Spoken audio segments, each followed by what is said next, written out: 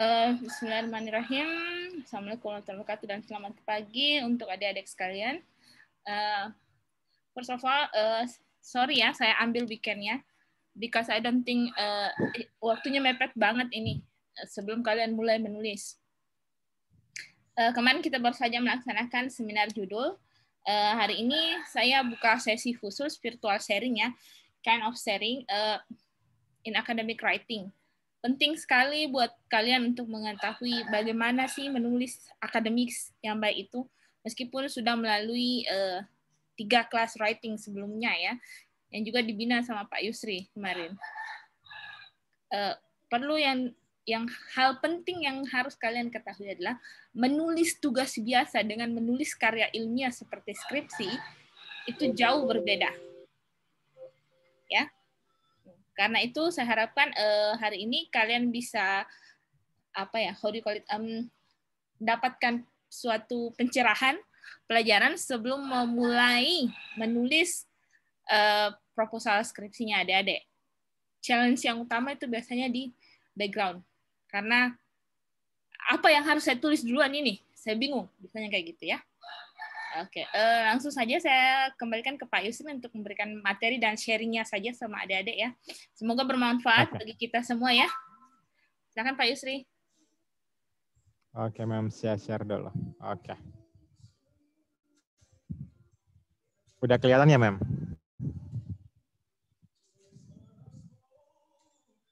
Oke. Oke. Terima kasih. Assalamualaikum warahmatullahi wabarakatuh. Selamat pagi dan salam sejahtera untuk kita semua. Untuk hari ini kita cuma sharing ya, karena seperti yang dikatakan Mem tadi, sebagian besar mungkin sudah seminar judul, ACC judulnya dan sebagainya. Nanti ada juga beberapa bagian yang mungkin saya tambahkan terkait pengembangan ide, namun sebagian besar nanti terkait apa yang harus diperhatikan dalam menulis karya tulis ilmiah khususnya skripsi. Semoga suara saya jelas ya. Jelas. Oke. Oke. Hal yang paling untuk presentasi saya pertama, materi saya hal yang paling sebagai pembuka dulu, yang ingin kita tekankan di sini yakni ada 3 hal yang tidak boleh kita lakukan dalam menulis karya tulis ilmiah khususnya skripsi, tesis dan sebagainya. Kalau dalam seperti yang katakan Mem Febi tadi, kalau nulis makalah tugas it's okay ya, mungkin sedikit melanggar karena cuma diperiksa ini dan sebagainya. Namun kalau skripsi nanti harapannya skripsi Anda mungkin dipublikasi atau paling tidak disimpan di repository Univa dan sebagainya, itu kan akan dilihat oleh orang-orang. Nah, kalau ketika melanggar itu melanggar etika publikasi itu bisa ada pelanggarannya, ada punishment-nya dan sebagainya. Jadi ada 3 hal yang harus dihindari dalam penulisan karya tulis ilmiah, dan ini yang sangat saya juga sendiri terkadang berat ini. Makanya nulis skripsi yang baik itu nulis skripsi itu mudah-mudah susah. Kalau tapi nulis skripsi yang baik itu ya susah karena emang ada yang betul-betul harus diperhatikan. Ya, ini yang namanya research misconduct, ada fabrication, ada falsifikasi, ada plagiarism. Sebelum kita menjelaskan bagaimana menulis latar belakang dan sebagainya, ini dulu 3 hal yang Anda harus tekankan dulu yang tidak boleh Anda lakukan. Yang pertama itu ada namanya fabrikasi, mungkin Anda sudah tahu juga. Kalau fabrikasi itu fabrikasi itu mengubah data penelitian. Misalkan data Anda bilang A, Anda ubah supaya hasilnya sesuai. Data Anda bilang B. Intinya bohong lah gitu. Paham ya fabrikasi? Karena kan biasanya tim penguji, dosen dan sebagainya tidak akan, misalkan kalau novel ya, apalagi kalau novelnya tidak se-common novel yang lainnya, mungkin yang beberapa dosen mungkin belum baca atau apa dan sebagainya. Ya Anda bisa saja bilang begini, padahal isinya tidak. Nah itu fabrikasi intinya. Intinya Anda mengubah datanya, data yang ada dan sebagainya. Itu kalau novel misalkan. Kalau data siswa, misalkan kalau dalam ini ada analisis kesalahan berbahasa, misalkan analisis kesalahan penulisan kalimat past tense misalkan. Nah, maupun mahasiswanya tidak salah, Anda kayak supaya ada datanya, Anda membuat salah dan sebagainya. Itu memalsukan data, itu fabrikasi. Itu sangat tidak diperbolehkan. Meskipun yang tahu cuma Anda sebenarnya kan, yang tahu ini ya Anda cuma Anda dan Tuhan dan sebagainya. Kalau untuk ini kan memang sulit diidentifikasi. Kecuali kita mau melihat secara deeper memang datanya mungkin bisa dilihat. Yang kedua ada falsifikasi. Falsifikasi itu kalau tadi fabrikasi mengubah data, kalau falsifikasi itu tidak ada datanya tapi diperadakan dan sebagainya. Jadi misalkan Anda mau teliti yang tadi misalkan analisis kesalahan penulisan kalimat past tense pada mahasiswa. Anda tidak turun lapangan, Anda cuma langsung tulis A, B, C, D, E dan sebagai data. Nah itu falsifikasi, memperadakan datanya. Nah, kalau novel misalkan tanpa Anda ini, Anda langsung ada datanya, tidak ada analisa dan sebagainya. Itu falsifikasi ya. Itu pelanggaran juga. Nah, yang pelanggaran yang paling sering dilakukan oleh mahasiswa dan sebagainya, kalau di tugas dan sebagainya itu plagiarisme. Plagiarisme ya ini paling ditekankan sebenarnya. Kalau di beberapa kampus ini masih tidak terlalu dilarang, tapi tidak terlalu punishment ya tidak terlalu kuat. Tapi di beberapa kampus lain itu punishmentnya sangat kuat ketika ada mahasiswa yang teridentifikasi melakukan plagiat. Plagiat, tahu kan plagiat, copy paste. Ketika Anda mengutip perkataan orang, langsung ada copy paste saja. Buat latar belakang 80% copy paste dan sebagainya. Nah itu plagiat, copy paste tanpa mencantumkan referensinya, mencantumkan referensi dari sumbernya. Nah itu yang plagiat, ini yang harus dihindari ya.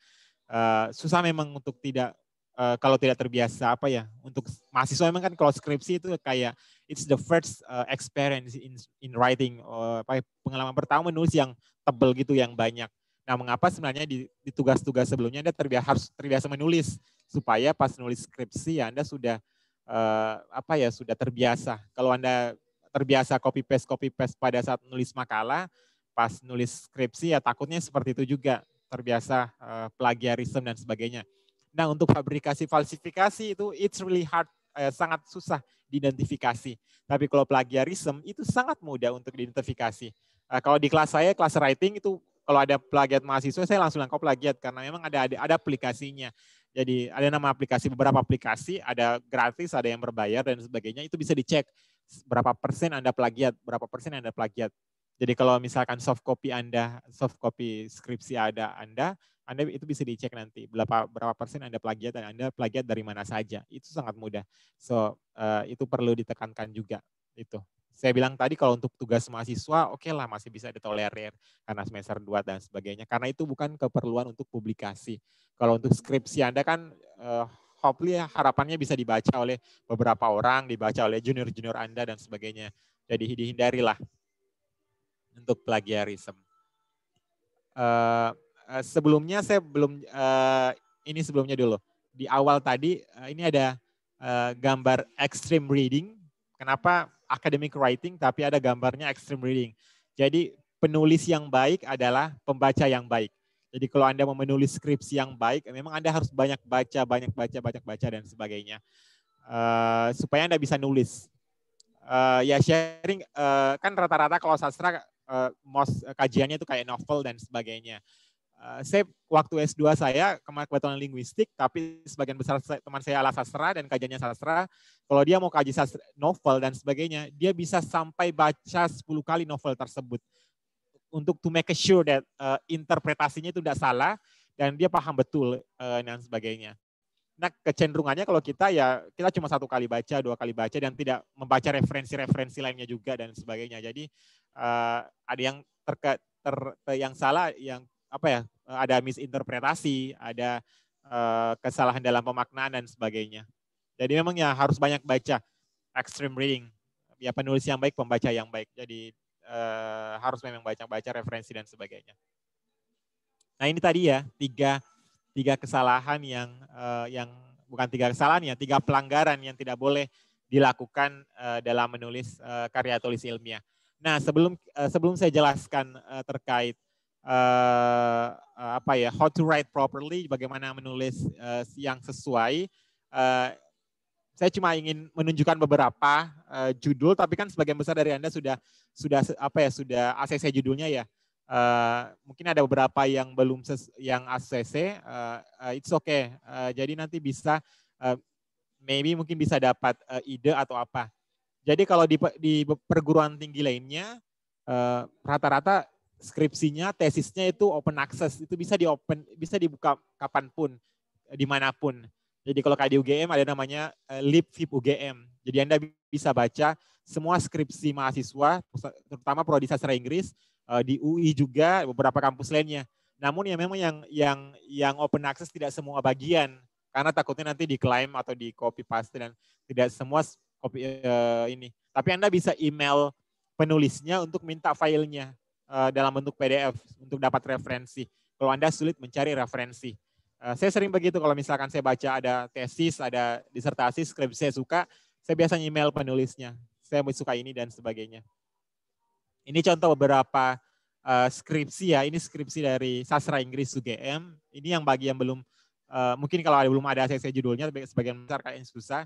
Kayak misalkan ini, strategi penerjemahan idiom dalam Harry Potter and the Half-Blood Prince. Kan ada penerjemahan Inggris ke Indonesia, novelnya khusus ini Harry Potter dan Pangeran yang berdarah, setengah darah dan sebagainya. Nah, dia mau teliti terkait konsep idiom. Kalau idiom kan biasanya itu it depends on the tergantung dari budaya masing-masing. Jadi susah untuk diterjemahkan kalau idiom. Nah, dia tertarik. Nah, bagaimana idiom-idiomnya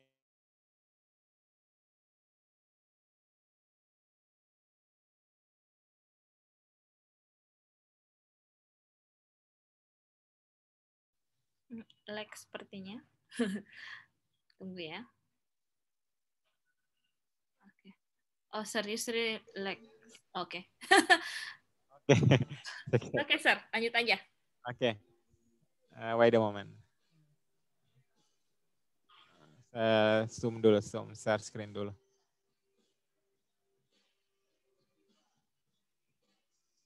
Ini saya share screen dulu. Nah, ini tadi yang saya bilang yang belum, at least sebelum kita diskusi terkait bagaimana nulisnya, saya jelaskan dulu beberapa judul dan ada alasannya mereka mengambil dan sebagainya. Jadi yang tadi biasanya idiom, karena kalau idiom kan itu it's really hard to be interpret, translate. Jadi susah karena itu budaya masing-masing. Jadi dia tertarik bagaimana menerjemahkan idiom yang terdapat dalam novel Harry Potter ke dalam konteks ke Indonesia dan sebagainya.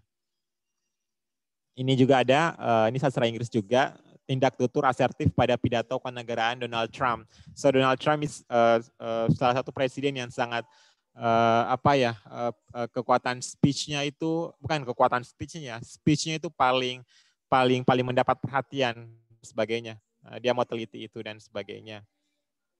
Ini juga strategi penerjemahan metafora pada Mulan dan Moana. Ini juga ya metafora kayak idiom itu sangat susah diterjemahkan kalau dalam konteks kan itu beda budaya, so it's really hard. So dia tertarik dengan itu. Ini beberapa, ini Anda bisa baca di masing-masing. Nanti saya kasih linknya ya. Kalau Anda mau dapat, kan kalau ada senada dengan judulnya, mau cari misalkan tentang novel ini bisa dapat referensi di sana nanti supaya untuk perbandingan dan sebagainya. Nah, kalau sastra Inggris kan ada, kalau di panduannya kan Anda bisa teliti terkait English literature or English linguistic atau ada mungkin kajian lainnya dan sebagainya. Ini juga ada bisa tingkat kesesuaian dan kesalahan Google Translate dalam menerjemahkan berita tentang politik Amerika. So dia teliti terkait keakurasi Google Translate. Ini the last, ini punya tesis teman saya. Dia teliti terkait analisis kesalahan penerjemahan dalam sulis suara dari bahasa Inggris ke bahasa Indonesia filmnya SpongeBob. Jadi kalau SpongeBob kan ada versi bahasa Indonesia, ada versi bahasa Inggrisnya. Ternyata kalau tapi dia lebih suka nonton versi bahasa Inggrisnya karena dia pakai versi bahasa Indonesianya terdapat beberapa yang intinya misinterpretation, kesalahan penerjemahan dan sebagainya. Maka dia mau teliti itu. Ternyata banyak makna, padahal kita kan nonton SpongeBob yang pakai di Global TV itu bahasa Indonesia. Ternyata itu banyak maknanya sangat berbeda dengan ketika kita nonton versi bahasa Inggrisnya. Yang itu tadi, karena orang yang menerjemahkan itu orang yang cuma paham bahasa. Namun dia tidak paham terkait bagaimana metode penerjemahan, dia tidak paham terkait yang tadi budaya dari perbandingan budaya dalam penerjemahan ini dia tidak paham terkait teori penerjemahan. Jadi terkadang menarik kalau dibandingkan antara dua versi tersebut dan sebagainya. Jadi sangat berbeda. Saya sudah baca tesisnya, dia banyak beda sekali cara mereka menerjemahkannya. Ini juga lib online-nya UI, Anda juga bisa akses, open access, bisa baca judul-judul skripsi, bagaimana membuat latar belakangnya, silakan baca latar belakangnya, lihat bahasa dan sebagainya. Sastra Inggrisnya juga bisa. Anda bisa dapat linknya nanti dan sebagainya. Nah, moving to the the substansifnya. Jadi dalam penulisan skripsi kan ada beberapa chapter nih. Namun di bagian ini saya tidak terlalu akan menjelaskan semua chapter, yang bagian awal saja dan beberapa secara umum. Di chapter pertama terkait introduction, kalau di panduan prodi itu ada beberapa bagian. Namun kalau berbicara pedoman itu setiap instansi beda-beda ya. Kalau Anda mungkin lihat skripsinya ini mungkin agak beda, kesini mungkin beda karena beda-beda setiap instansi ataupun departemen. Kalau di kita introduction-nya ada at least 5 kayaknya. Ada research background, research questions, research objective, ada research significance, dan research scope. Nah, pertanyaannya apa yang Anda harus tulis di bagian masing-masing.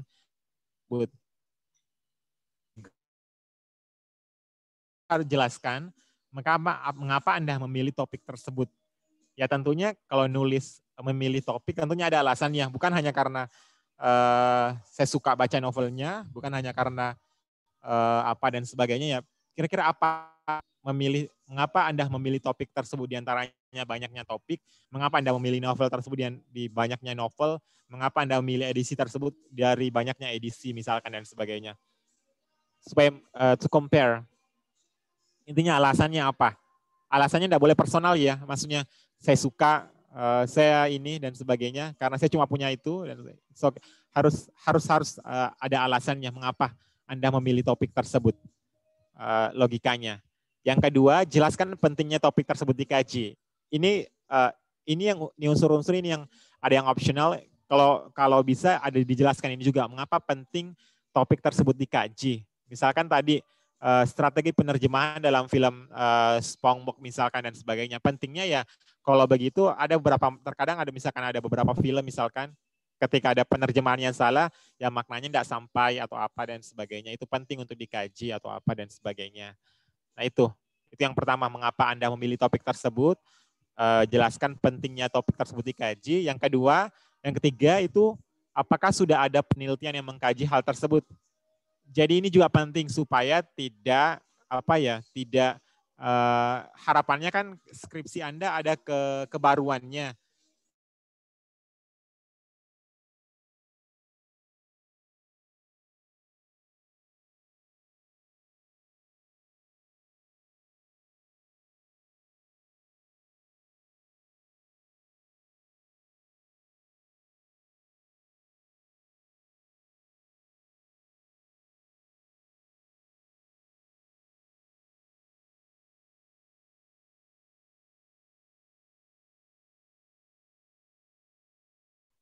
Ya, ada trouble di jaringannya, serius ditunggu saja ya.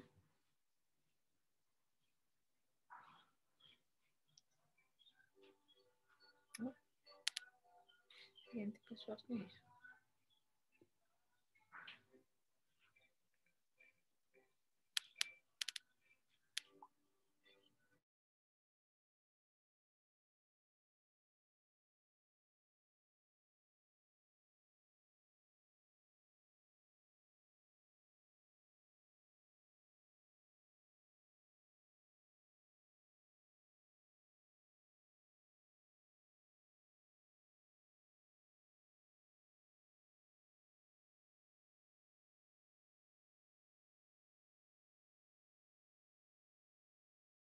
Ayo, saya keluar lagi.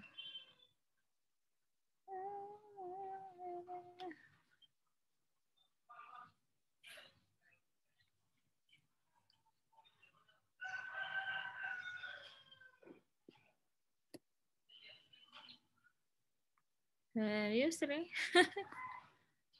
I think something trouble with the connection, but let us wait, ya.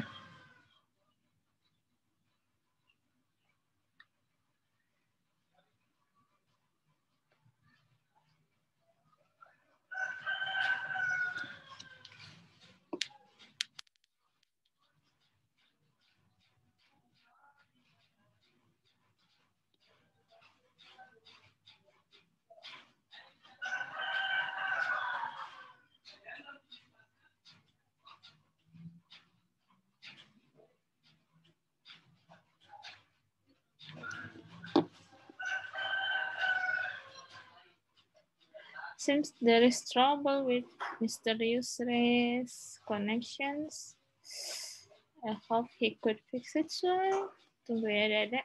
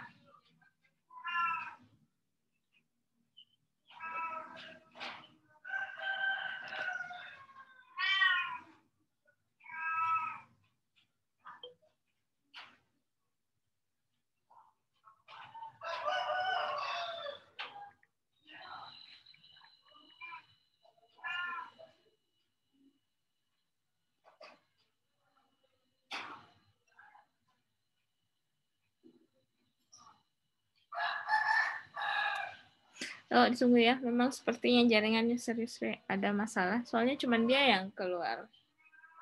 Tadi ada masuk, kemudian keluar lagi. Ya, satu lagi.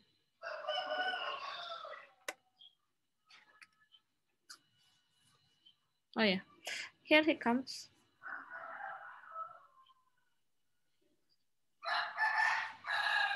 Serius. Oke, ma'am. Jelas ya? Sorry. That's fine. Oke, lanjut aja. Oke. Wait a moment. Oke, udah kelihatan ya PowerPoint-nya? Oke. Oke, tadi sudah ini ya, poin ketiga, apakah sudah ada penelitian yang mengkaji hal tersebut. Jadi ini supaya untuk menjelaskan kebaruan dari topik Anda, jangan sampai topiknya sudah diteliti. Nah, kalau sudah diteliti ya buat apa diteliti lagi misalkan. Kecuali ada yang membedakan misalkan. Misalkan sudah ada teliti misalkan bagaimana penokohan ataupun karakter A dalam novel ini misalkan. Padahal sudah ada yang teliti sebelumnya itu, dan itu pasti akan hasilnya sama kalau misalkan itu. Kecuali ada yang bedanya, it's okay. Tapi kalau tidak ada bedanya, ya buat apa bahasanya. Jadi Anda harus memang jelaskan apa ya, sudah sejauh mana topik tersebut diteliti oleh penelitian sebelumnya. Dan yang ketiga, yang terakhir adalah apa bedanya penelitian yang sudah ada dengan penelitian Anda. Misalkan Anda mau kaji terkait novel Harry Potter terkait ininya apa ya, watak atau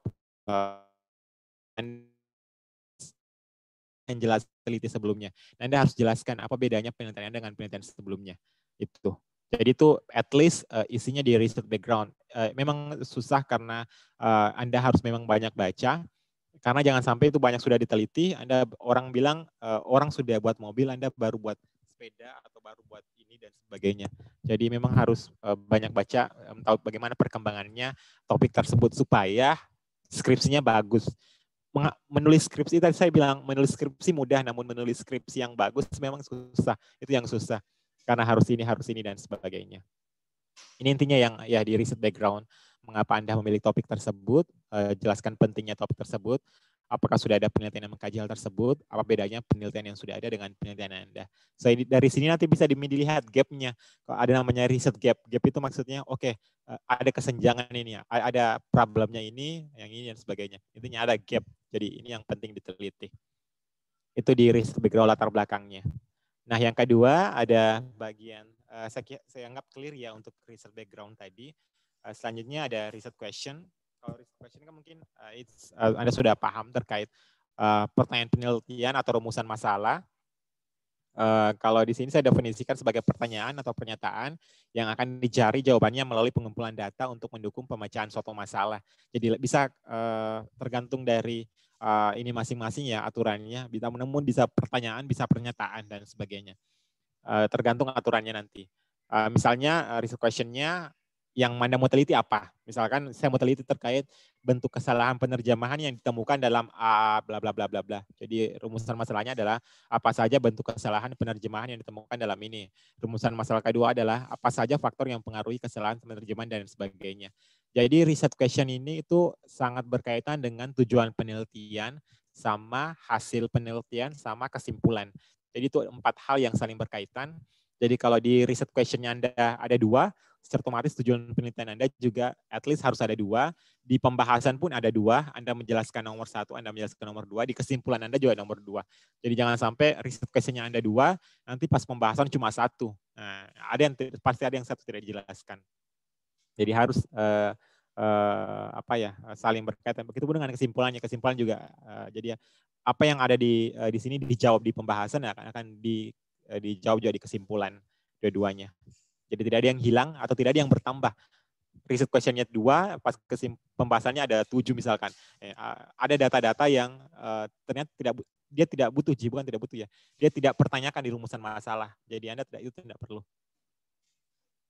Nah, ini saya bilang tadi, research question itu pasti selalu beriringan dengan riset objektif ya, tujuan penelitian. Kalau rumusan masalah, jadi kayak kalimatnya sama, jadi tujuan penelitian dituliskan sesuai dengan rumusan masalah.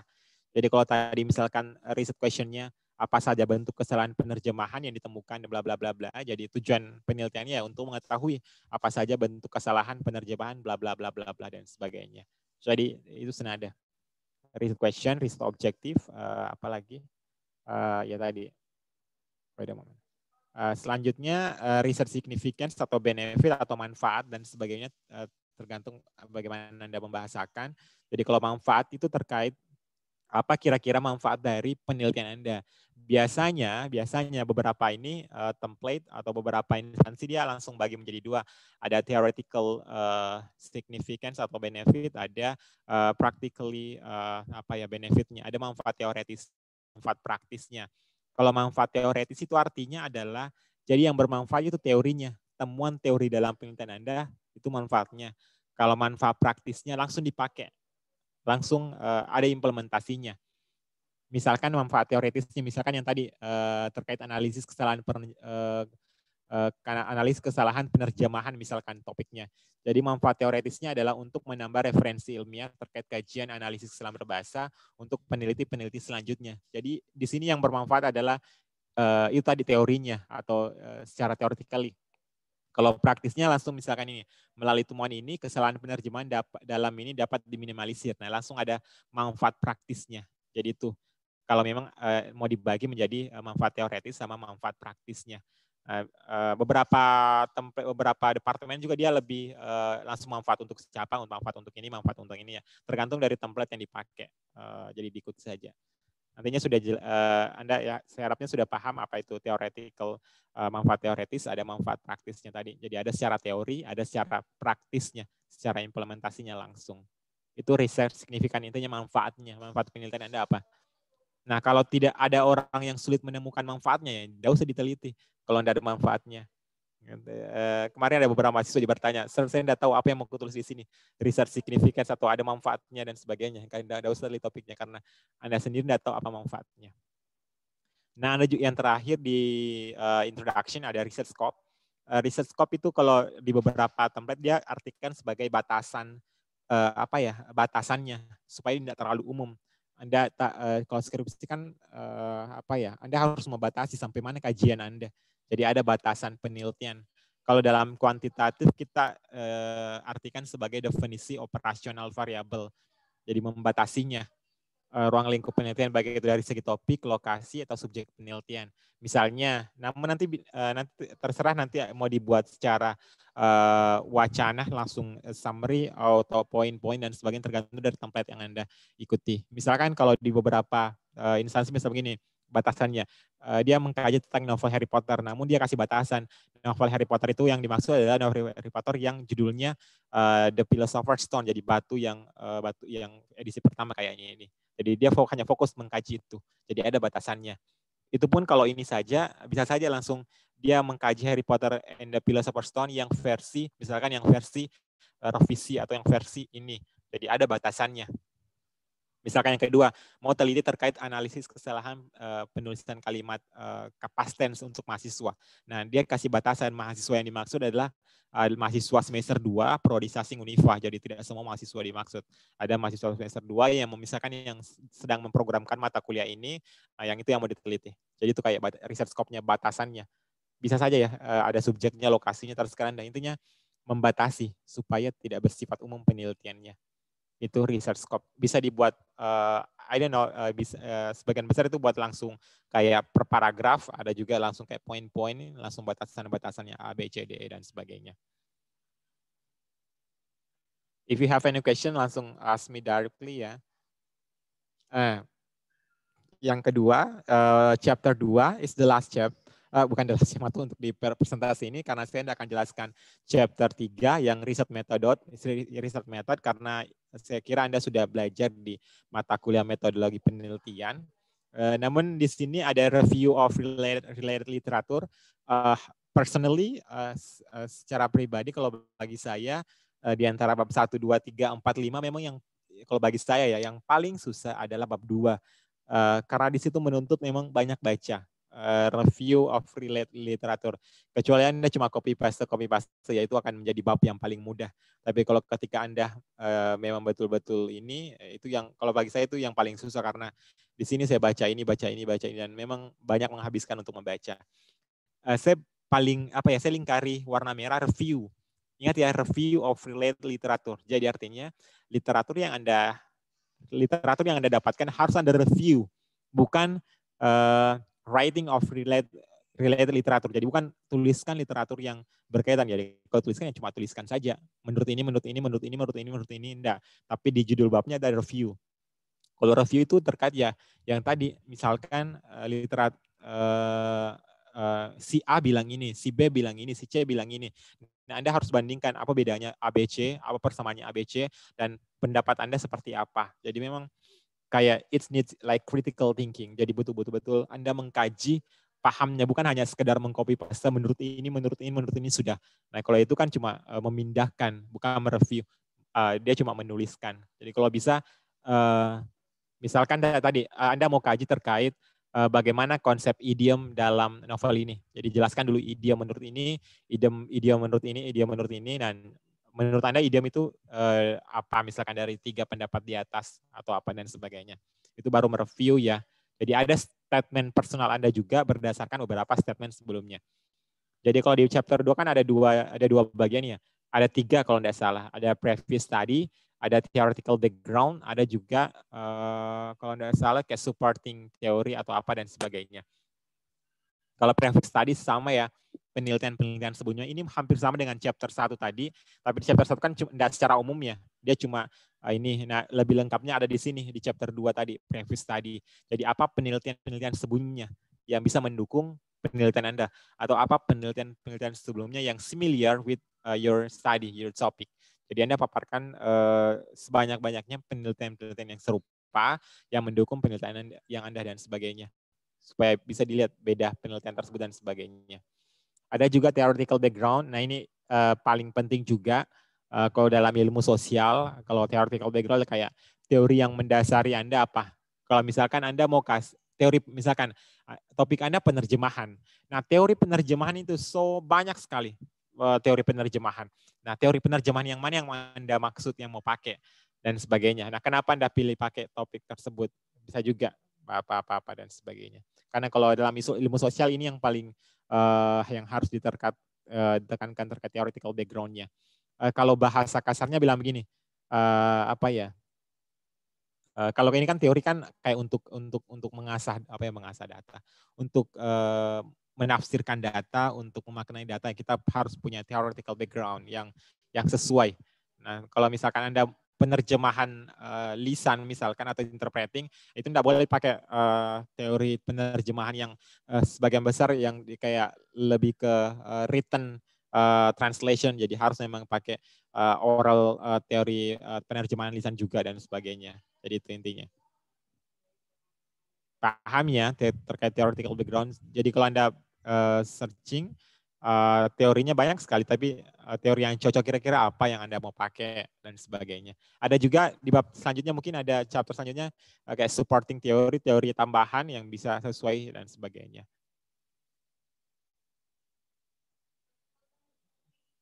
Oke ya, itu tadi untuk chapter 2. Untuk chapter 3 saya tidak akan mention untuk chapter 3 dan seterusnya, karena kalau chapter 3 kan Anda sudah pelajari di metode penelitian. Namun untuk chapter 4 kayak hasil dan findingnya, kalau findingnya tadi ya sesuai dengan rumusan masalahnya tadi. Kalau rumusan masalah Anda 2, berarti di hasil pembahasan discussion-nya Anda harus jelaskan 2 juga, ini juga fokus ke bentuk kesalahannya sama faktornya, itu 2. Kecuali Anda kalau ada 3 ya Anda harus juga di diskusi juga harus ada 3. Nah, wait a moment. The last, ini yang salah satu juga common mistake di mahasiswa untuk kalau referensi, kalau untuk makalah dan sebagainya, it's okay ya. Anda citasi Blogspot or WordPress atau apa dan sebagainya. Tapi untuk tugas akhir sangat dianjurkan kalau karya ilmiah itu yang primary source. Jadi referensi yang paling dianjurkan adalah jurnal ilmiah. Jadi itu yang paling terpercaya, nomor 1 lah yang paling bisa dipakai. Setelah jurnal ada buku. Setelah buku ATC bla bla bla bla bla. Maksudnya ATC karena yang 2 ini yang paling disarankan untuk dipakai sebagai referensi.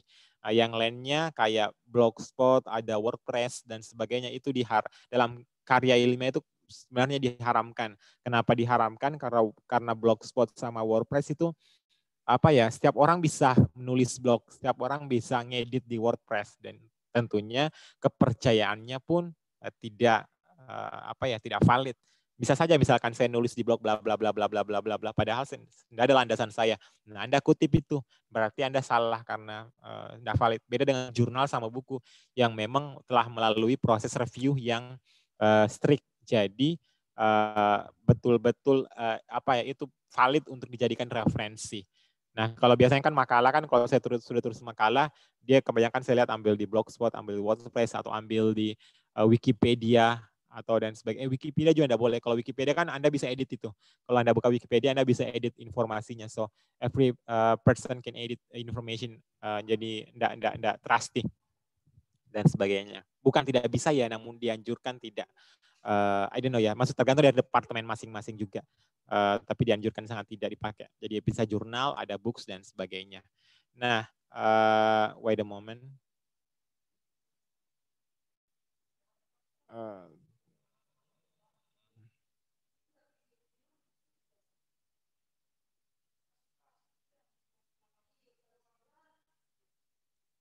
Wait a moment. Nah, saya tidak tahu Anda sudah tahu ini. Saya cuma misalkan kalau Anda kesulitan untuk cari referensi, kenapa referensi penting? Yang tadi karena memang Anda harus banyak baca. Kalau Anda cuma baca skripsi senior Anda, itu susah. Apalagi kalau topiknya misalkan topik Anda baru atau apa dan sebagainya. Ya tadi silakan baca skripsi atau tugas akhir dari mahasiswa lain atau apa dan sebagainya. Nah, Anda juga bisa cari di jurnal. Nah, untuk cari jurnal, Anda bisa langsung most of them biasanya di publish di Google, ada di Google, tapi kalau dicari manual itu susah. Akan kebanyakan muncul itu WordPress, Blogspot, Wikipedia, dan sebagainya. Tapi kalau Anda buka Google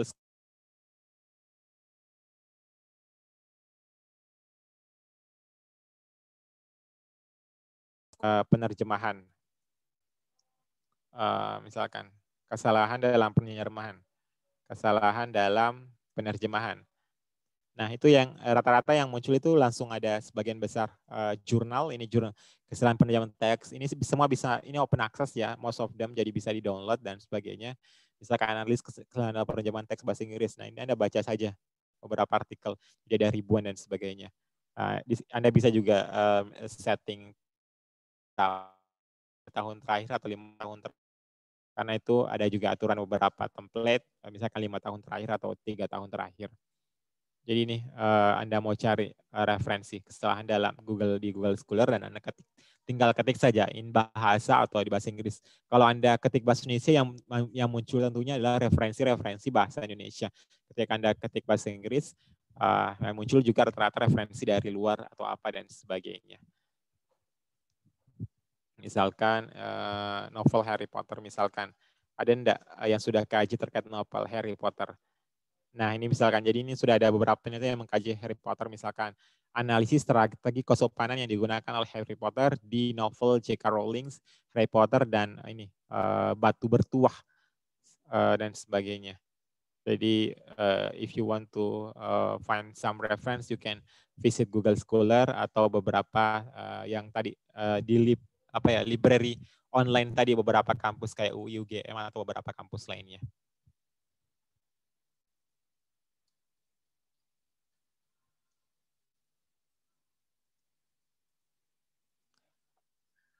Nah, I think it's enough ya kalau yang tadi ada beberapa hal yang tadi semoga clear kalau untuk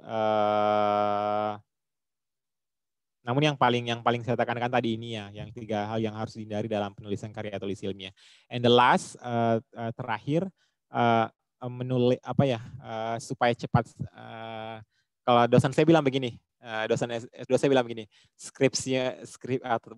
tugas akhir yang baik adalah tugas akhir yang selesai. Jadi enggak usah tugas akhir. Intinya skripsi yang baik adalah skripsi yang selesai. Jadi terkadang ada mahasiswa yang terlalu ingin wow banget skripsinya dan sebagainya sampai tidak selesai skripsinya. Jadi Anda juga harus rasional yang sampai di mana ini supaya bisa selesai cepat dan bisa Anda lakukan. Yang sampai Anda punya topik namun Anda tidak bisa, susah diteliti atau apa dan sebagainya. Jadi itu juga perlu dipertimbangkan. Oke, I think it's enough. Mungkin Feby juga mau tambahkan, silakan. Kok saya jadi moderator. Oke, thank you. Seri. Ada pertanyaan untuk Seri? Silakan, karena ini sharing session ya. So you mungkin sudah mau mencoba menulis tapi ada challenge atau obstacle yang dihadapi, jadi tidak bisa jadi biar satu kalimat. mungkin bisa bertanya atau ada yang mau ini penting bagi kalian untuk seperti yang saya bilang kemarin ya, peta jalan penelitian itu penting. Kalian harus tahu mau teliti apa sebenarnya, apa yang kamu mau cari. What's the problem? Bukan judulnya ya. Problemnya apa dulu yang mau kamu cari. Nah, betul Mel. Skripsi itu tidak harus terlalu cantik, tapi tetap harus elegan. You don't have to be beautiful, but you have to be elegant. Jadi meskipun dari jauh, oh, cantiknya, padahal kan dalamnya, artinya bukan dalamnya, artinya, oh, sebenarnya ini standar untuk kita, tapi ketika ditata dengan rapi, dapat dikatakan bahwa, oh, ini keren, ini. Nah, mungkin karena belum ada orang yang pernah bahas, dalam artian untuk di kalangan kita di sini, pelajar sastra, bisa ambillah di Kota Makassar misalnya, ya, belum ada yang pernah lihat itu. Nah, begitu. Jadi, apa ya namanya? Pandailah mengolah data kalian, tapi tidak menggali kuburan kalian.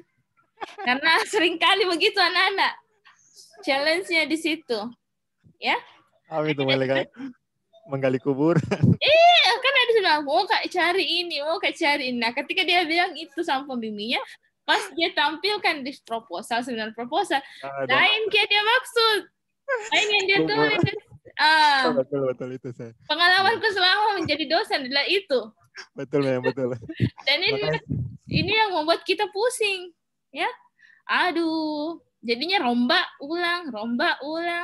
Kasihan kalian juga menghabiskan waktu. Padahal sudah ada target ya, bahwa I have to be. Tahun ini harus sarjana misalnya. Nah, nggak ada yang larang kalian sarjana, Dek.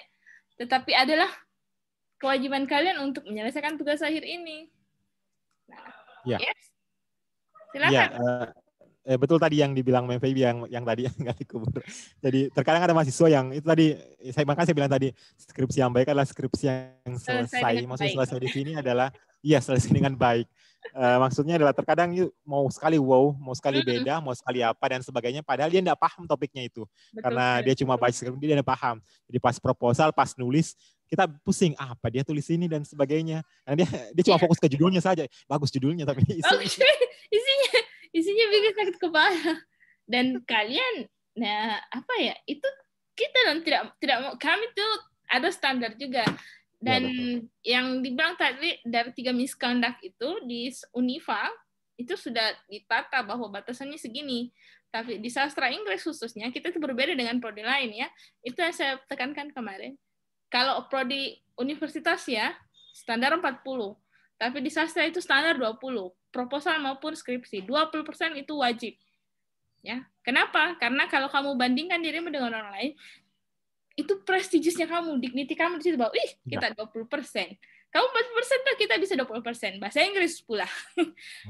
Itu sombongmu di situ artinya. Artinya kamu punya pride yang tinggi di situ bahwa saya pintar mengolah kata. Saya bisa mengakhirkan sebuah karya yang jauh lebih baik dari kamu dalam artian seperti itu ya. Karena pengalaman saya memeriksa tingkat plagiarisme dari prodi lain di bab 2 itu padat sekali bab 2.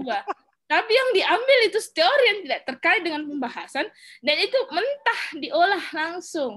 Akhirnya ketika diperiksa, 50% itu ke atas semua tingkat plagiarismenya. Karena bandingannya itu.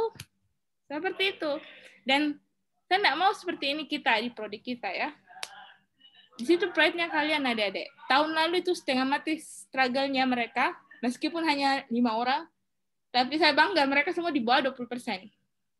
Ya, setelah setengah mati, benar-benar setengah mati membuat kalimat, menghasilkan karya yang kita tahu angkatan 2016 itu pas-pas benar kadang, karena yang keluar juga tepat waktu hanya 5 orang, ya. Nah, saya bangga sekali mereka bisa menghasilkan karya yang sesuai standar mereka. Meskipun dibilang mungkin agak-agak minder mereka dengan jumlah yang sedikit, tapi saya bisa bangga bahwa karya mereka itu bagus, ya. Dengan susah payahnya mereka menghasilkan judul seperti itu. Perjuangannya saat ujian proposal, perjuangannya saat ujian hasil. Nah, sebelum ini, anggaplah sedang hari Senin itu ketika kalian sudah mengetahui pembimbingnya, tulislah, mulailah menulis, ya. Karena itu penting. Jangan, masih lama bulan 10 misalnya.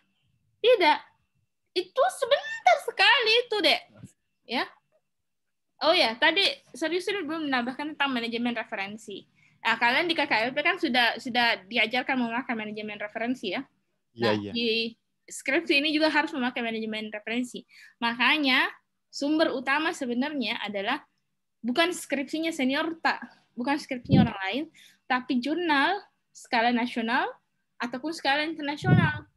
Kalau mau lihat tugas akhir berupa tesis S2 ataupun skripsi yang dihasilkan, menurut saya ya, skripsi yang dihasilkan sama orang luar, jangan skripsi dalam lingkup kalian.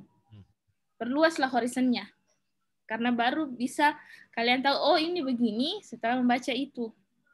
Ya. Nah, seperti yang kemarin kita bilang, judul yang kalian presentasikan itu, yang disetujui itu, silahkan. Bukan berarti itu yang fix. Setelah kalian diskusi lebih lanjut, nanti misalnya dengan pembimbingnya, ada yang mau ditambahkan atau diganti, harus sesuai dengan kesepakatan. Ya. Nah, satu hal pesan saya juga, jangan sampai Anda konflik dengan pembimbing. Tambah lama kok itu selesai.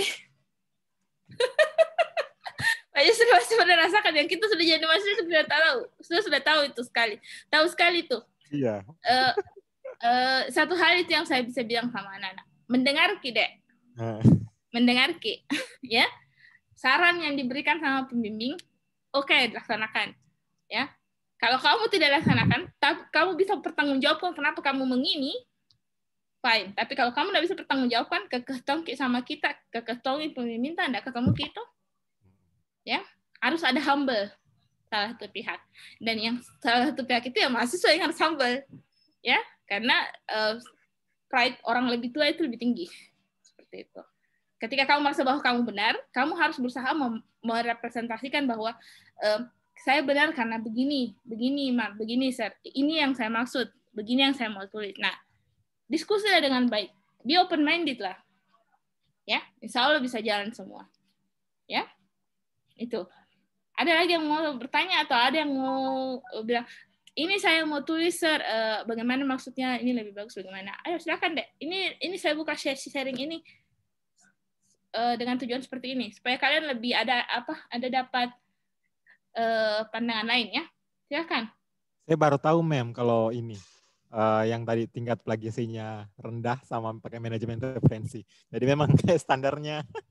Iya, saya standarnya di sastra itu 20. Saya nggak mau kasih 40 mereka. Terlalu gampang. Itu tadi. Iya. Saya datang kebijakan dari Uniwa ya, karena saya bisa berani bilangnya bahwa sastra yang pertama terapkan itu dalam pembelajarannya. Anak-anak ini sudah saya sering kasihkan bahwa lihat kok ya tingkat plagiasimu. Ini saya kenalkan mereka Turnitin itu di mata kuliah prosa kalau saya dasar. Karena memang tugas akhirnya adalah mengolah, menerapkan teori dan salah satu karya prosa ya, artinya seperti itu. Jadi mirip-mirip sebenarnya kalau mau dilihat deskripsi gitu. Saya mau ambil ini dengan menerapkan teori ini karena mereka sudah melalui kelas teori. Nah, seperti itu. Jadi kamu sudah tahu ini namanya Turnitin. Ketahuan itu kau ambil dari mana? Jadi kau tidak bisa tipu-tipu.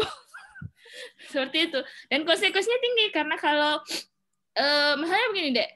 Kenapa itu tercemar sekali dosa besarnya akademisi? Karena kalau deskripsi itu ikut namanya pembimbingmu. Betul. Nah, jadi ketika dibilang, wih, tingginya tingkat plagiasinya, berarti tidak pernah dianu sama dosennya, ya. Ikut terus itu namanya dosenmu. Dan ini skripsi sampai mati. Nah, kamu di situ.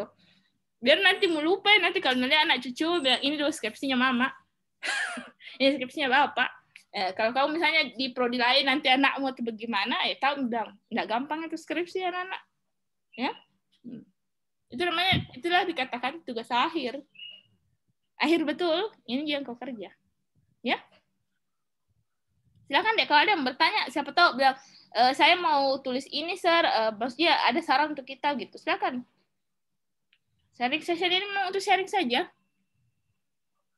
Tambahan aja yang tadi yang dikatakan Mami Febi ya. Kalau yang saya sepakat juga, saya sering tanya aja mahasiswa, tugas skripsi menulis itu kayak apa ya? Menulis jejaknya. Jadi kalau skripsimu jelek ya jejakmu juga jelek. Karena itu ini tuh tidak akan hilang itu ininya dan sebagainya. Skripsimu Anda akan buat skripsi 2 kali kecuali kau kuliah 2 kali. dan sebagainya. Tapi akan dilihat kalau skripsimu jelek dan sebagainya. Dan itu juga pasti ikut nama pembimbing juga, karena di skripsi kan ada pembimbing yang menyetujui pembimbing dan sebagainya. Jadi memang harus saya sepakat dengan Feby kalau memang harus tegas kalau ini, karena secara akademisi memang ini yang perlu diperhatikan dan sebagainya. Ya kan Dek, bertanya mungkin Dek. Karena saya yang mau menulis skripsi. Bukan saya yang menulis, kami tugasnya hanya memeriksa. Kalian yang harus setengah mati menulis. Dan itu tidak gampang. Bagi kita orang dewasa pun yang sudah lama menulis satu kata pertama itu challenge-nya luar biasa. Ya. Ditambah lagi kalau ada kutu-kutunya masuk, besok pide, nanti pide, besok lagi, besok habis besok tidak selesai. Nah, jangan kira itu tackle anak-anak depan kalian, senior-senior kalian sudah banyak yang seperti itu. Terlalu menganggap remeh mungkin, atau terlalu menggampangkan sampai-sampai tidak bisa selesai. Ya. Silakan kalau ada mau share. Nah, untuk penggunaan manajemen referensi itu seperti yang waktu kalian KKLP itu disarankan memang Mendeley ya. Saya rasa cara pakainya sudah tahu semua ya. Nanti sharekan materinya ulang, itu gampang ya. Ini ada yang mau ditanyakan lagi, Dek, silahkan. Kemarin ada yang terkait dengan apapun itu yang kalian mau tulis. Kalau ada yang mau dipertanyakan ya silahkan.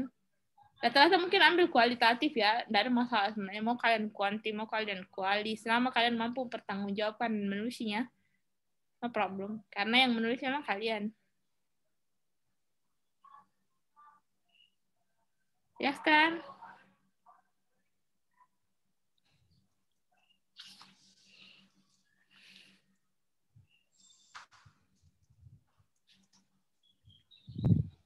Apakah ada atau tidak?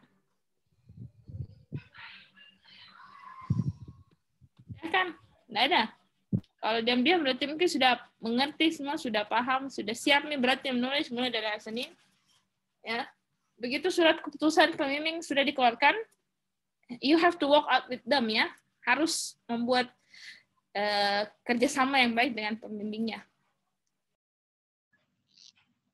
Ya, silahkan kontak dengan pembimbing begitu namanya keluar ya. Hari Senin besok insya Allah. Ada Mika lagi yang mau ditanyakan? Kalau sudah jelas. Ada yang mau di-sharingkan dan iya. Sharing aja. Kalau bisa, kalau nulis ini lama MV tadi nulis emang susah. Kalau motivasi kan ada nama, kalau dalam psikologi itu jadi prokrastinasi ya, menunda terus sampai selesai submit temannya. Baru nulis satu paragraf. Karena ada temannya. Nah, jangan sampai kalian begitu. Iya, kalau saya tuh mahasiswa itu dia memang harus nulis itu bagus, ada teman. Jadi ada teman saling motivasi, karena motivasi Anda kan biasanya Anda harus di atas terus. Mungkin hari ini di atas, setelah ini, tapi besok, lusa di bawah lagi. Harus butuh teman tuh, teman nongkrong, teman cerita, teman diskusi, teman saling motivasi. Jadi kalau bisa ada yang sepakat, oke harus selesai bareng-bareng, harus ini dan sebagainya. Iya, selesai kalau mau selesai bareng-bareng gitu. Harus sharingnya kalian bagus, ketatnya. Tapi ingat, jangan saling menarik ke arah keterlambatan, saling menarik ke arah yang lebih baik, ke arah positif. Jangan kalau bilang, iya besok pergi ke jalan. Nah lupain misalnya besok, habis besok. Aduh. Ya, harus ada kontrol yang bagus.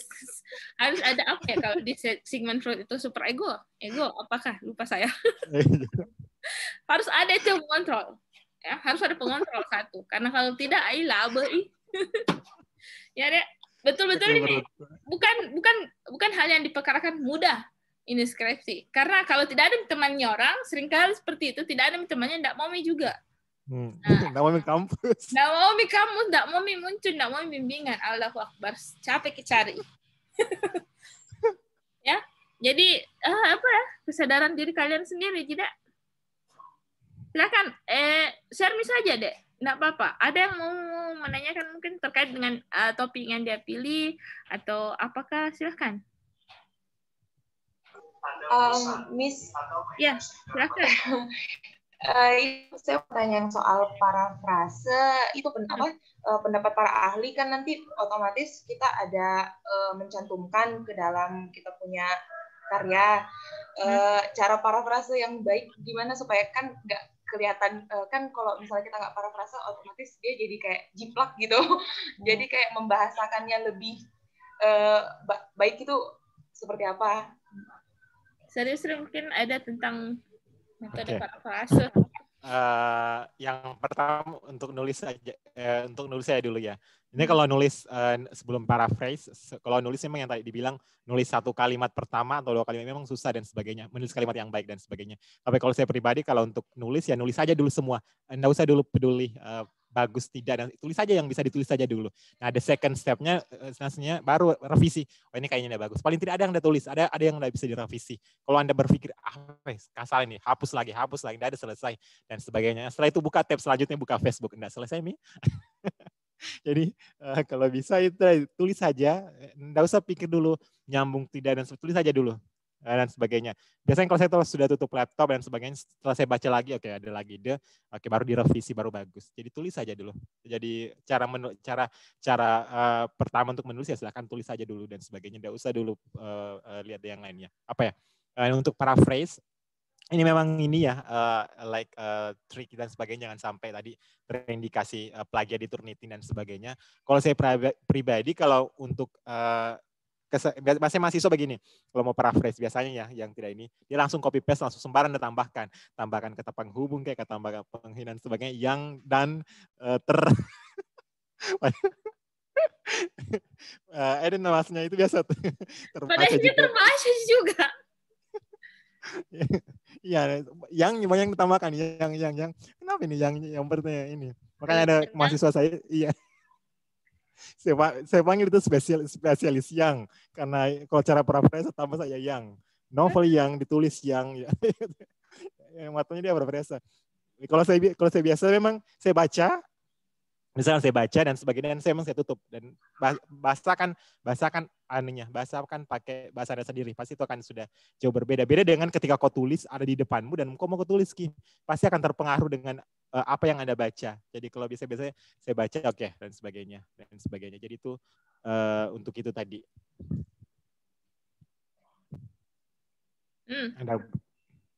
Iya. Kalau dari saya parafrase saya orangnya by insting ya. Jadi saya harus membaca apa yang saya mau tulis, itu saya harus kumpulkan dulu referensinya. Ini saya pribadi ya, saya tidak bisa ada untuk begitu. Saya harus mengumpulkan referensi yang memang sejalan dengan apa yang saya mau tulis. Nah, memang harus gercep ya. Satu hari mungkin saya habiskan harus baca misalnya jurnal referensi itu 3-5 ya. Saya harus tahu, oh seperti ini. Oh dia menulis awalnya dengan seperti ini. Saya harus lihat baik-baik. Oh iya benar. Nah, fenomena yang saya mau tulis itu sepertinya memang agak mirip kayak begini. Nah, ketika mau tulis nih apa yang saya punya dengan bekal yang ada di kepala sudah baca, saya tulis nih. Tapi saya tidak boleh tulis sama. Saya harus bedakan bahwa tujuan saya tulis ini berbeda meskipun referensinya adalah yang ini. Jadi harus memang banyak membaca. Jadi penulis yang baik adalah membaca yang baik. Benar sekali itu. Tidak bisa tidak bisa dinafikan bahwa itu memang benar. Kalau mau menulis harus membaca. Nah, itulah kenapa saya bilang baca, Ki. Nah, ya. Jadi cari referensi yang cocok. Misalnya, oh dia seperti ini nulisnya. Oh saya objekku begini, mungkin objeknya dia berbeda. Baca, Miki. Baru tulis, Miki, apa yang kita mau tulis. Jangan tulis apa yang tulis orang. Apa yang kita mau tulis, itu yang kita tulis. Kalau mungkin lihat caranya dia menulis, boleh. Tapi jangan copy apa yang dia tulis. Itu yang penting. Ya. Seperti itu kalau parafrase kalau dari saya. Jangan juga sedang jelek tulisanku, hapus jelek tulisanku, jangan. Seperti halnya membaca buku yang bahasa Inggris pertama kali, itu tidak kutu artinya, ku cari lagi di kamus. Jangan. Kalau saya sudah saya bilang ambarata. Ya betul. Ambarata dulu, setelah selesai baru ku cari bahwa oh ini saya tadi tidak masuk di kepala aku apa dia begitu. Jangan setiap ada tantangan tutup lagi. Baru buka lagi. Ayo lama selesai. Karena tidak bisa dipungkiri kalian berpacu dengan waktu. Ya. Itu dari saya. Ada lagi yang mau di-sharekan? Silakan, Dek. Ada? Kalau sudah tidak ada, mungkin Yes. ada. Ma'am. Silakan. Halo, Miss. Hmm? Saya punya pertanyaan untuk Miss Peggy yang masalah kemarin, Ma'am, yang itu yang masalah novel yang kemarin kan disuruh ganti tuh. Miss, dan saya lihat yang meneliti itu novel belum ada yang meneliti tentang spesifik masalah ini, konflik sosialnya itu, Miss. Tadi kan kemarin juga saya cari lebih kebanyakan kepada yang meneliti itu masalah main characters sama menggunakan teorinya fragment sama apa lagi, belum ada yang spesifik yang ini bahas masalah pertentangan kelas sosialnya di novelnya ini kemarin yang saya mau yang saya mau teliti. Ada yang apa? Ada. Kita cari ya. Yes, ma'am. Lebih banyak kepada apa? Kayak tokoh utamanya, kemudian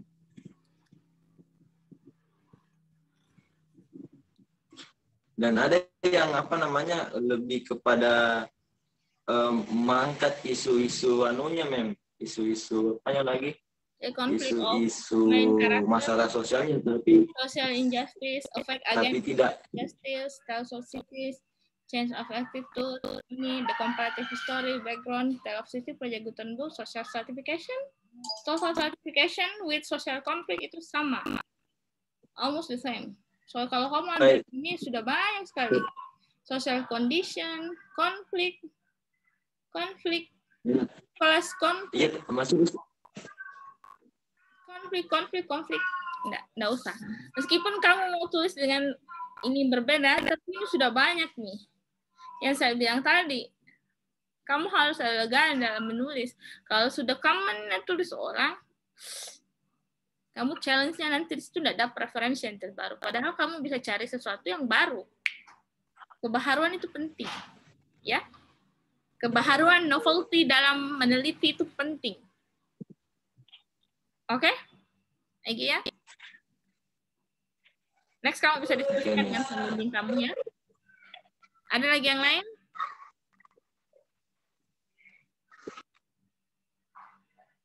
Oke. Kalau sudah nggak ada? Saya, siapa? Oh, Melisa. Kenapa Melisa? Ya. Saya mau tanya, Mem, kan kita bilang tadi menghindari plagiasi. Plagiasi. Terus yang saya baca di review yang di skripsinya orang, kebanyakan di situ banyak kita kasih masuk kayak kayak pendapat-pendapat orang begitu, Mem. Yang ya, jadi itu kayak bikin pusing saya. Kenapa justru lebih banyak? How do you call it ya? Yang tadi dibilang sama Serisi di background itu memang harus ada previous studies-nya. Ada yang sudah lakukan.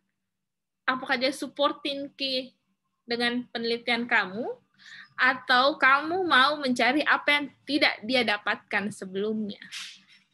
Nah, tidak dipungkiri memang butuh ahli yang mensupport kita punya argumen. Jadi pendapat orang itu bukan masuk pendapatnya orang dikasih masuk, tidak. Nah, ketika memasukkan pendapat orang itu kan ada tahun siapa yang punya pendapat. Nah, kemudian pendapat yang dimasukkan itu belum tentu real key yang apa yang tertulis dari sumbernya. Jadi itu juga mengutip namanya, itu kutipan pun itu belum tentu kutipan langsung. Nah, cara menulis kutipan langsung dengan kutipan tidak langsung itu juga ada sudah diterangkan ya. Nah, jadi itu kayak support ke argumenta deh. Bukan dikasih masuk punya orang, bukan begitu maksudnya, Melisa ya. Plagiarisme itu ya caplok langsung di copy ke. Misalnya literatur adalah ini menurut si ini. Tidak ada sama sekali kamu ubah. Tidak mencantumkan kami sumbernya. Itu namanya plagiarisme, plagiasi. Pendapatnya orang mau ambil menjadikan pendapat kamu, padahal itu ada yang punya. Oh ya. Nah, Oke, Mem. Thank you. silakan saya mau support yang kayak begitu. Memang apa sih namanya, lupa saya. Memang ada supporting argumen dari orang lain ya. Mendukung targetnya.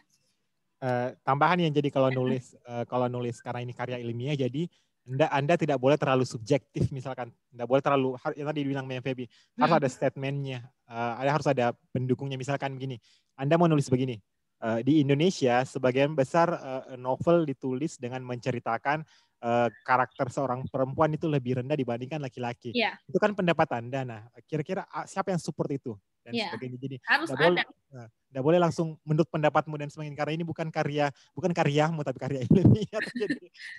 Kalau bisa mau bikin definisi profesor. Ya. Karena kalian masih status student, harus selalu ada yang support. Kami pun begitu, tidak bisa bilang ini begini, karena saya bilang tidak bisa, harus itu pun kalau kita mau kukuhkan ke pendapat bahwa ini begini, itu harus ada stepnya dan harus menghasilkan karya dulu, baru bisa mengatakan bahwa menurutnya sih ini seperti itu.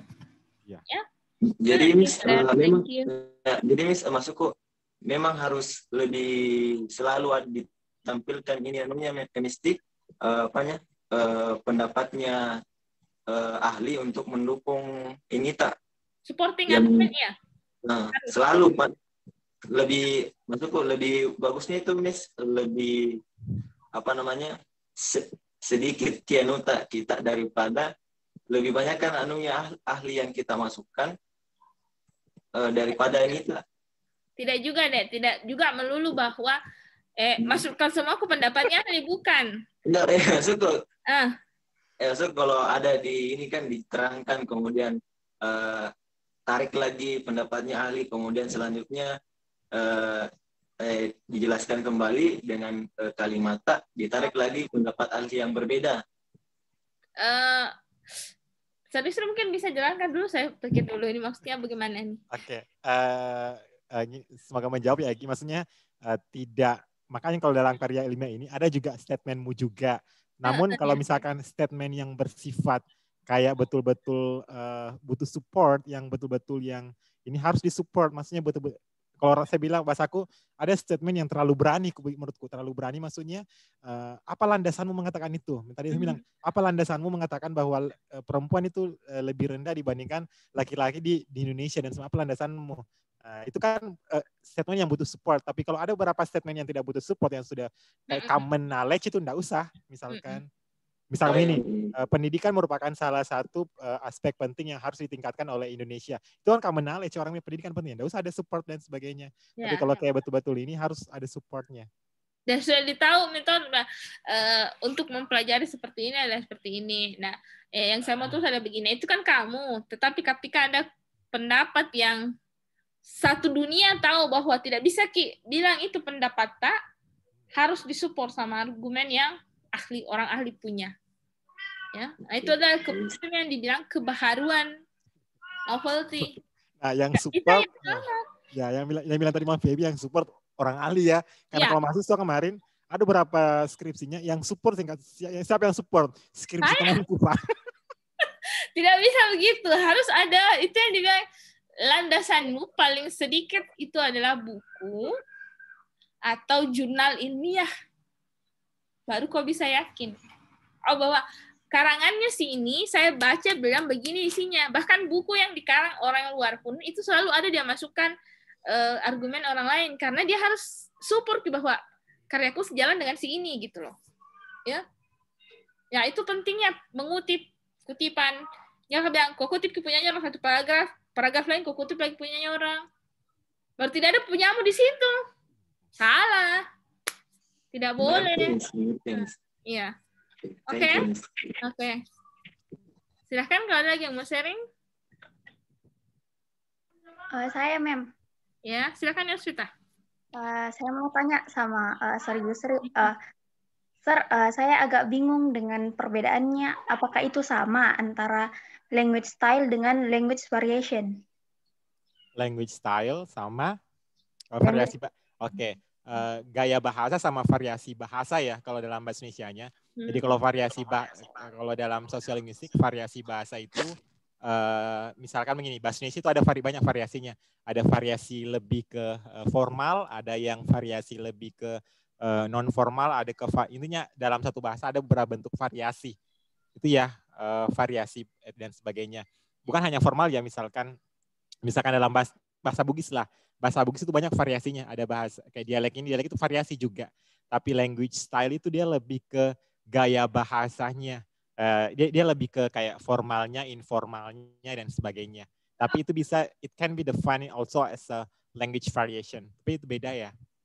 Paham dah Yosvita? Tergantung dari maksudnya bahasa apa yang maksudnya. Apa?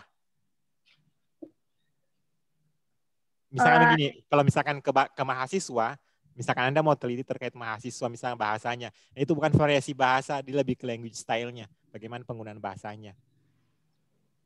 Oh iya, Sir, oke. Iya, tapi kalau misalkan ke variasi bahasa biasanya lebih ke language style itu biasa lebih ke bisa individual, tapi kalau variasi dia lebih karena dia pindah.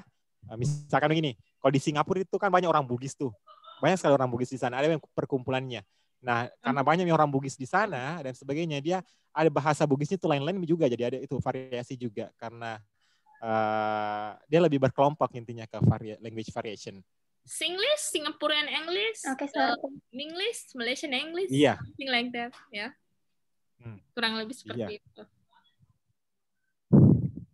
Ada lagi yang lain? Silakan deh. Beberapa buku metode penelitian bahasa sastra kualitatif kuantitatif saya kirim di grup ya, in Indonesian. Nanti saya kirim yang bahasa Inggris khusus. Jadi kalian bisa baca itu sesuaikan dengan jenis penelitian kalian. Ingat, membaca kemudian menulis. Jangan melihat kemudian mengcopy kemudian mempaste. Salah. Ya, sebagai referensi untuk adik-adik. Oke. Kita akhir 11.30 kalau sudah tidak ada, ini 11.28 nih, karena kita masih ada sesi selanjutnya yang lain, pertemuan prodi khusus untuk students ya. Oke. Kalau tidak ada, saya akhir sampai di sini ya. Silakan. Oke. Alright. Thank you serius untuk waktunya untuk hari ini. Dadakan.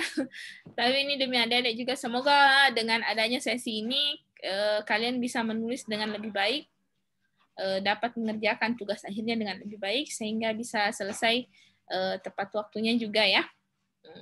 Oke, akhir kata assalamualaikum warahmatullahi wabarakatuh. Saya end meetingnya ya. Thank you so much for today. I hope everything is going well with your description. Okay, thank you so much. Assalamualaikum warahmatullahi wabarakatuh. Waalaikumsalam. Thank you, Sir. sir. Ya, dadah.